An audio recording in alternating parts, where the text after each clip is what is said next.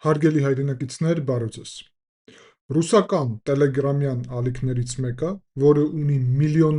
բաժանորդագրված անդամ Ռիբր անունով եւ որը ղեկավարում է Միխայիլ Զվինչուկը, իսկ ինքը Ռուսաստանի պաշտպանության նախարարության նախկին աշխատող է, իսկ այդտեղ, ինչպես մենք ձեր միասին գիտենք, նախկիններ շատ բարդ այսպիսի գնահատական է, շատ դեպքերում նախկինը նախկին չի նշանակում, սպառնալիքներով է գնահատում Հայաստանում իրավիճակը եւ մի շարք իմ պատկերացումով սկանդալային գնահատականներ է տալի կամ կարծիք է հայտնում Հայաստանի հետ կապված, այդ թվում առաջի հերթին հենց Գյումրիի ռազմակայանի շուրջ։ Հիմա ես ձեզ իհարկե մանրամասն կծանոթացնեմ այդ հայտարարության հետ։ Գյումրին պատրաստվում է ամենավատի համար, գրում է այդ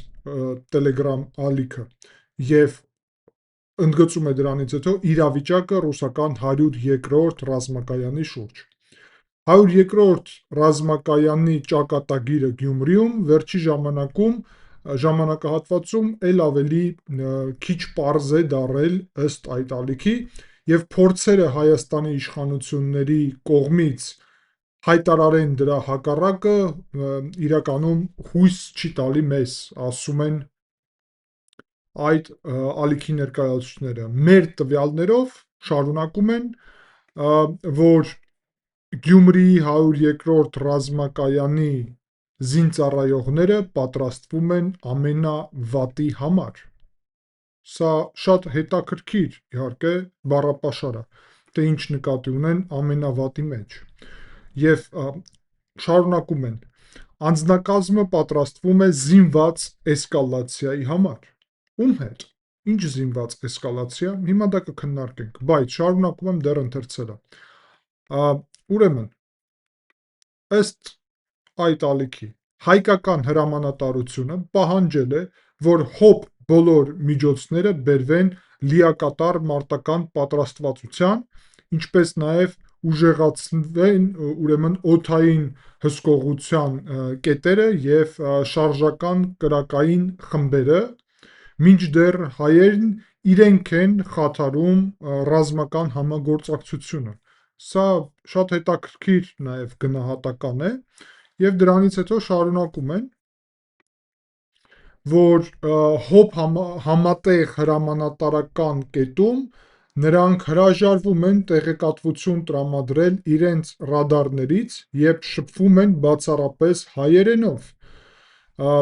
Փետրվարի կեսերից ի վեր նկատվել է նաև ուկրաինական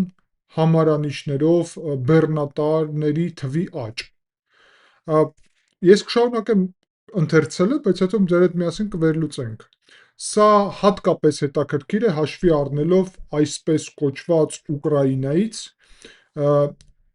իրանցիների դեմ պատերազմում անօդաչու թռչող սարքերի օպերատորների տեղակայման մասին լուրը, Իրանի օդային տարածքի փակումը նույնպես դադարեցրել է Գյումրու բազայի մատակարարումները, այլ երկրները հրաժարվում են թույլ տալ ռազմական տրանսպորտների, ուրեմն ինքնաթիռներին մուտքը Հայաստան։ Այս պայմաններում բազան պատրաստվում է սադրանքների, գրում են իրենք, օգտագործելով անօդաչու թռչող սարքեր։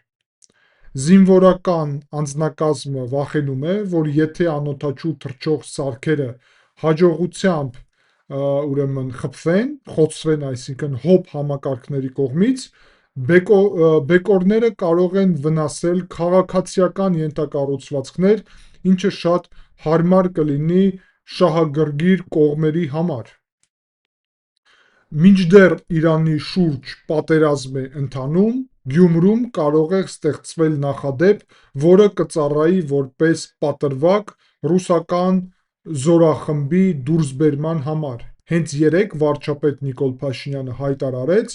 որ ռուսական բազան ներկայումս չի խանգարում Հայաստանի եվրոպական ձգտումներին, բայց ակնարկեց, որ դա կարող է փոխվել ապագայում։ Գյումրու բազայի շուրջ տեղեկատվական սադրանքները ըստ իրենց, ես զուտ ընթերցում եմ, որոնք ակնհայտորեն աջակցվում են Հայաստանի իշխանությունների կողմից, վաղուց արդեն հստակեցնում են, որ Երևանը փորձում է հող նախապատրաստել ռուսական զորքերի դեմ հարված հասցնելու համար։ Հետաքրքիր է նաև հարված հասցնելու, հաշվի առնելով, որ սա ոչ միայն արևմտյան ուրեմն վերահսկիչների Հայաստանի արևմտյան վերահսկիչների պահանջն է, այլ նաև թուրք-ադրբեջանական տանդեմի հիմնական պահանջն է, նման սցենարը ավելի քան հավանական է, ասում է Ռիբերը։ Առաջի հերթին պետք է ասել, որ ես գնահատում եմ այս իհարկե 1.5 միլիոն բաժանորդագրված անդամ ունեցող Ռիբեր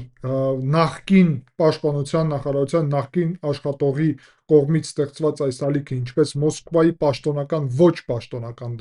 դրսևորում, եւ այստեղ շատ կարեւոր է մի քանի գնահատական տանք։ Առաջի հերթին հետաքրքիրը այն է, որ այստեղ գնահատվում է 102-րդ ռազմակայանի հանման գործընթացը ինչպես այսպեսին։ Սա հասկանալի հարց է եւ սա տրամաբանական կլիներ նույնիսկ, որ քննարկվեր, բայց այստեղ ավելանում է այն, որ մատակարարումներն են կանգնել Իրանի պատճառով։ Այստեղ նորություն չկա, որովհետև մատակարարումները Վրաստանի եւ Ադրբեջանի տարածքով, որ դեպի ռուսական ռազմականներ տեղի չեն ունեցել եւ չեն ունենում, դա փաստ է, դա նորություն չէր։ Այսինքն դրանում Հայաստանի մեղավորությունը որևէ ձև չկա, որովհետև Իրանի օդային տարածքը փակ է պատերազմի պատճառով։ Բայց հետաքրքիրը այն է, որ հայկական կողմը պահանջել է, որ հակաօդային պաշտպանությունը լինի մարտական իրավիճակում եւ միևնույն ժամանակ իրանք են խափանում այս գործընթացները, որովհետեւ խոսում են միայն հայերենով եւ չեն փոխանցում ռուսներին հակաօդային պաշտպանության համակարգների տվյալները։ Այսինքն, եթե սա ճշմարտություն է, հայկական կողմը ուղղակի այլևս համատեղ հակաօդային պաշտպանության մասին չի պատկերացում, ձևավորում, այլ հայկական հակաօդային պաշտպանությունը այլևս համատեղ չի։ Հայաստանը փաստացի սեփական հակաօդային պաշտպանության համակարգներ ունի եւ չի կիսվում դրանով ռուսական կողմի հետ։ Այսինքն սա էլ քաղաքական որոշում է, որը գալիս է հապկից դե ֆակտո դուրս գալու եւ Ռուսաստանի հետ իր ժամանակ այդ պայմանավորվածությունները Ռուսաստանը որ խախտեց Ջերմուկի եւ ուրիշ դեպքերում, երբ Հայաստանը դիմել էր Ռուսաստանին օգնության խնդրանքով փաստաթղթերով, որը Ռուսաստանի կողմից ապրապտված է, դա չկատարելով։ Բայց այստեղ սադրանքի մասը վտանգավոր հաջորդն է ուկրաինական համարներով մեքենաներ, այսինքն սա առանձնահատուկ զարմանալի փաստ է եւ անհեթեթություն։ Ուրեմն Ռուսաստանի տարածքով ուկրաինական մեքենաները չեն կարող գալ։ Բա որ տարածքով է ուկրաինական մեքենաները գալի։ Ըստ իրենց Ուկրաինան Ռումինիայի, Բուլղարիայի, Թուրքիայի, Վրաստանի տարածքով դեպի Հայաստան մեքենաներ է ուղարկում եւ այդ մեքենաներում ինչ կա։ Իրանց ասելով, որ Ուկրաինան ուղարկում է դեպի Իրան պատերազմ վարելու ԱԹՍ-ներ կառավարիչներին, հիմա Հայաստանը դրա հետ ինչ կապ ունի, այստեղ տրամաբանություն չկա, եթե խոսքին նույնիսկ ուղարկել է հակաօդային այդ մասնագետներին Ուկրաինան Իրանի դեմ, պետք է ուղարկեր ոչ թե Հայաստան, այլ պետք է ուղարկել Միացյալ Արաբական Էմիրություններ կամ ուրիշ պետություններ այդտեղ, որոնք հարվածի տակ են։ Մյուս կողմից, եթե նույնիսկ մի վարքյան պատկերացնենք, որ Հայաստանը որևէ բան ուղարկում մեքենայով մարդկանց բերել Ուկրաինայից, երբ կա հասարակ թռիչքների հնարավորություն եւ կարելի է բերել ինչ ուզես շատ ավելի արագ, կես աշխարհը չանցնելով այդ ճանապարհներով, շատ զարմանալի է։ Իրոք այսպիսի գնահատականը, այն էլ Իրանի հետ կապելը սա ուկրաինական համարների մասին խոսելը, բայց լավ, սա էլ կողքի դնենք եւ այստեղ շարունակենք մենք ձեր այդ գնահատականները։ Հետաքրքիրը այն է, որ դրանից հետո այս իրավիճակում կարող է լինել, ասում է, դեպքեր, տեսեք ինչպես է այստեղ կոնկրետ գնահատվում, որ այս պայմաններում բազան պատրաստվում է սադրանքների օգտագործելով անօդաչու թռչող սարքեր։ Այսինքն, ով պետք է բազայի դեմ անօդաչու թռչող սարք կիրառի, եթե մի նախադասություն միջև այդ նշվում էր, որ Իրանի դեմ անօդաչու թռչող սարքերի կառավարիչներ Ուկրաինայից բերել են Հայաստան։ Այսինքն, ըստ Ռուսաստանի, Ուկրաինայից բերել են Հայաստան անօդաչու թռչող սարքեր կառավարիչներին, որոնք պետք է այդ ԱԹՍ-ների միջոցով հարձակվեն ռուսական ռազմակայանի վրա Հայաստանի տարածքում, այսինքն որտեղ է այստեղ առհասարակ որևէ տրամաբանություն։ Հայաստանը ինքը ունի անօդաչու թռչող սարքեր սեփական, Հայաստանը ունի այդ անօդաչու թռչող սարքերի կառավարիչներ, եւ Հայաստանը որևէ նպատակ հարված հասցնելու ռուսական բազային չկարող ունենալ։ Բացի դրանից, ոնց եք պատկերացնում, որ այդպիսի հարված հասցվի, հեշտ չի լինի պարզել ով է հարվածել։ Իհարկե, հեշտ չի լինի պարզել ով է, բացի նրանից, որ հարվածել, ինչ ԱԹՍ է, դա էլ հեշտ կլինի պարզել, բայց սրա մասին չի խոսում ռուսական կողմը այստեղ։ Ասում է, որ եթե հարվածեն, մենք հոպով դա կխոցենք եւ կարա քաղաքացիական ենթակառուցվածքները տուժել։ Այսինքն, ես այստեղ կարդում եմ ուղիղ սպառնալիք։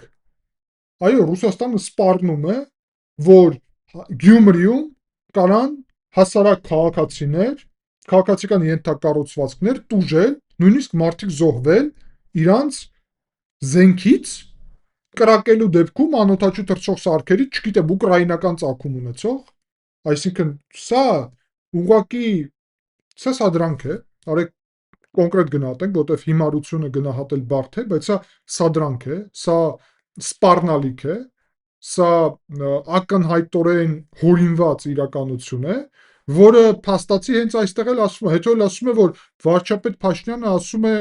ռազմակայանը դուրս գա, թե դուրս չի գա։ Այսինքն ինչ կապ ունի ռազմակայանը դուրս գա, դուրս չգան ռազմակայանի վրա հարվածելու գործընթացի հետ։ Սա շատ մեծ հարց է։ Եվ փաստացի ես այստեղ շատ հեշտ եմ թարգմանում, դուք էլ շատ լավ կհասկանաք։ Եթե դուք օրակարգում դնեք ռազմակայանի դուրս գալու հարցը, ապա մենք կարող ենք այստեղ իբրև անօդաչու թռչող սարք է եկել մեր ուղղությամբ, այնպիսի այստեղ գործողություններ վարենք, որ դա կարող է հանգեցնի այստեղ քաղաքացիական ենթակառուցվածքների եւ քաղաքացիների տուժելուն։ Եվ սա ուղղակի ուղիղ նշանակում է, որ մի կողմից Հայաստանի իշխանություններին են սպառնում, մյուս կողմից հորինում են իրականություն, որ իբրև մենք Իրանի դեմ պատերազմի մեջ ենք մասնակցում, իբրև Ուկրաինային ենք ներքաշը սրա մեջ։ Ավելացնում եմ, որ Իրանի տարածքով բազայի մատակարարումների խնդիր, որ ստեղծվել է, դա հենց համատեքստում է նշված, կարծես դրանում Հայաստանը մեղավորություն ունի։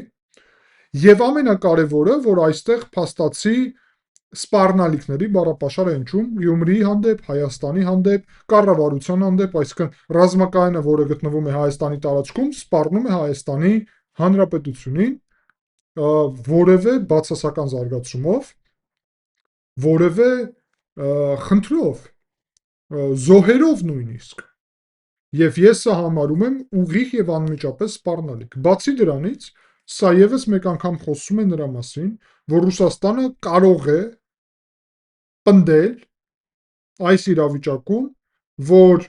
պետք է ինչ-որ ճանապարհ ունենա իր ռազմակայանը մատակարարելու ուղղությամբ։ Սա արդեն մեծ խնդիր է,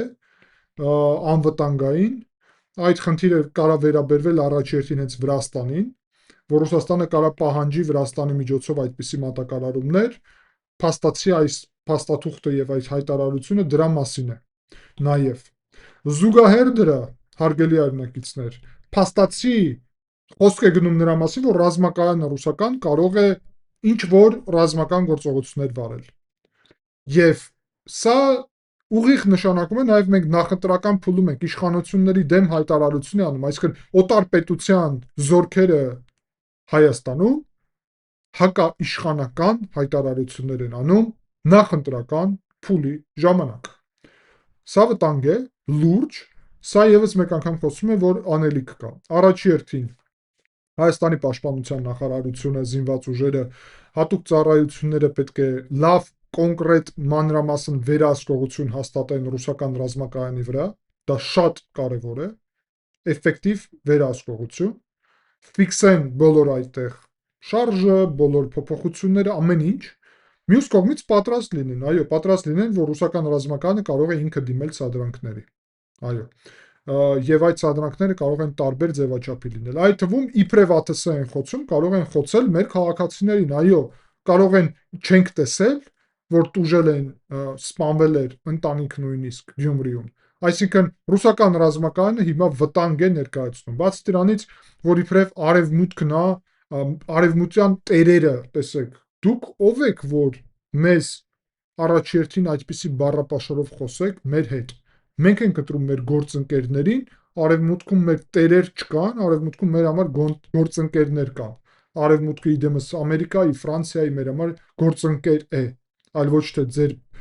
տրամաբանությունով թշնամի եւ ոչ էլ տերեր են։ Մյուս կողմից դա թուրք-ադրբեջանական պահանջ է։ Թուրք-ադրբեջանական պահանջ կատարելու այդ առումով օրակարգ չկա եւ չի եղել, որովհետեւ միշտ դուք եք ասել, որ դա Թուրքիայից եւ Ադրբեջանից պաշտպանելու համար է, բայց երբ եկավ Թուրքիայից եւ Ադրբեջանից պաշտպանելու օրակարգը, պահը, դուք Հայաստանին եւ հայազգին դավաճանեցիք, բացահայտ։ Եվ ուստի հիմա մենք հասկանում ենք, որ այդ ռազմակայանը ոչ թե Հայաստանը պաշտպանելու համար է, այլ Հայաստանում ձեր կառավարման մեխանիզմները, Հայաստանի վրա ձեր կառավարումը պաշտպանելու նպատակ ունի։ Ուստի ռազմակայանի հանելը հանրային պահանջարկ է դառնում եւ շարունակելու է լինել, եւ այստեղ վարչապետ Փաշինյանը, ինչպես ժողովրդավար առաջնորդ, պետք է հաշվի առնի հանրության կարծիքը, իսկ հանրության կարծիքը ես համոզված եմ, որ գնալով էլ ավելի ամրապնդվում է, որ ռուսական ռազմական ներկայությունը Հայաստանի տարածքում սահմանափակում է մեր ինքնիշխանությունը եւ լուրջ խնդիրներ է ստեղծում Հայաստանի անվտանգության համար։ Այդ թվում կոնկրետ այս հայտարարությունը վտանգների մասին, սպառնալիքների մասին եւ այլն, ես գնահատում եմ ինչպես սադրանք, ինչպես վտանգ, եւ ուստի մենք պետք է սա հաշվի առնենք եւ պատրաստ լինենք բոլոր գործողություններին այստեղից դուրս գալով։ Հարգելի այրնակիցներ, կարծում եմ, որ կարևոր էր այս տեղեկատվությունով ձեր հետ կիսվելը, շնորհակալ եմ ուշադրության համար, անպայման կոչ եմ անում ձեզ, որ լայքեք այս վերլուծությունը, գրեք ձեր մեկնաբանությունները, բաժանորդագրվեք ալիքին, միացեք նաև ալիքին, դառնալով անդամ արևմուտքում